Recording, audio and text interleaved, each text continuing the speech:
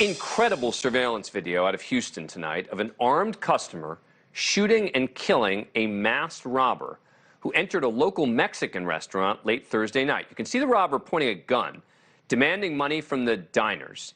The restaurant patrons throw cash on the ground.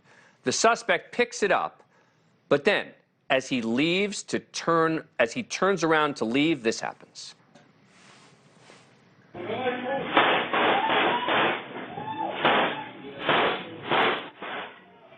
One of the customers, who the gunman had passed on the way in, pulls out a gun, shooting and killing the robber as he turns to go.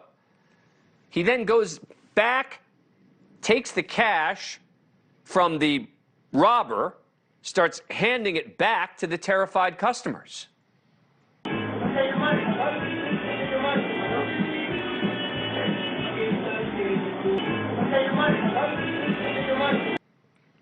And here's where it gets more bizarre. The citizen apparently then realizes that the robber's gun was fake.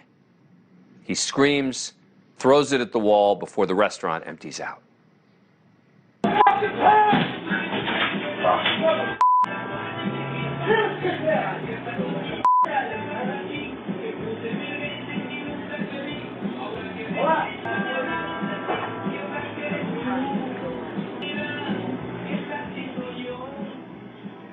I don't know if you could see there, he takes another sip from his drink, dumps it on the body before walking out along with other customers.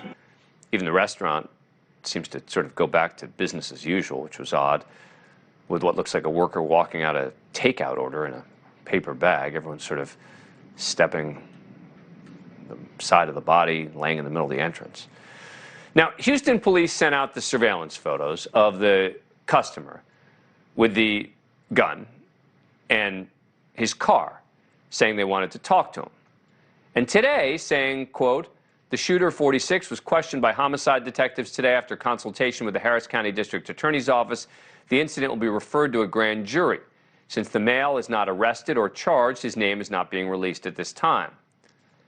But are they really going to charge this guy who had just been robbed? Let's ask attorney and retired Houston police officer Tom Nixon. Tom, thanks for coming on the show. Appreciate it.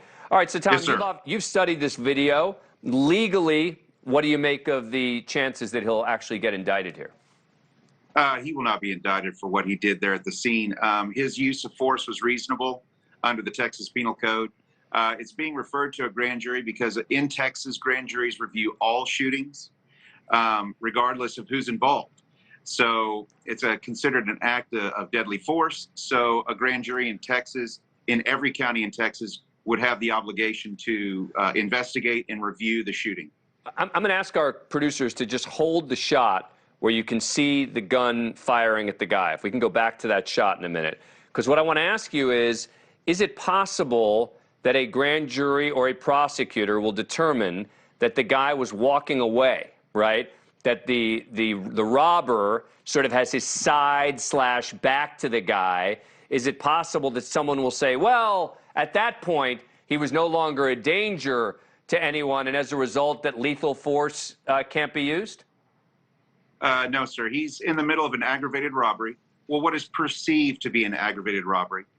And by that, I mean, because ultimately we found out the gun wasn't real. Okay, so that would just make it a robbery. But in Texas, you can use deadly force to resist a robbery. In fact, you can be a citizen who sees a third person being robbed and use deadly force against the person who is robbing the innocent third party. So you don't even have to be the direct victim in order to use deadly force in Texas. And I would think that if some way, shape, or form this case was brought to a trial, that a Texas jury would not be convicting this man. That's my strong premonition. Yeah, of course, but don't be surprised. The grand jury will probably no-bill him and send him on his way. Yeah, and do you expect that he would testify in the grand jury? I suspect he will. I mean, I know he's retained an attorney, but you can be subpoenaed to testify in front of the grand jury. However, the Fifth Amendment applies. You don't have to testify because you have the right not to incriminate yourself. Although his justifiable force would probably encourage him to want to testify to the grand jury so that they understand what his perceptions are at the time he pulled the trigger. Thank you for watching. Go to newsnationnow.com to find NewsNation on your cable provider. And don't forget to click the red subscribe button below to get more of NewsNation's fact-driven, unbiased coverage.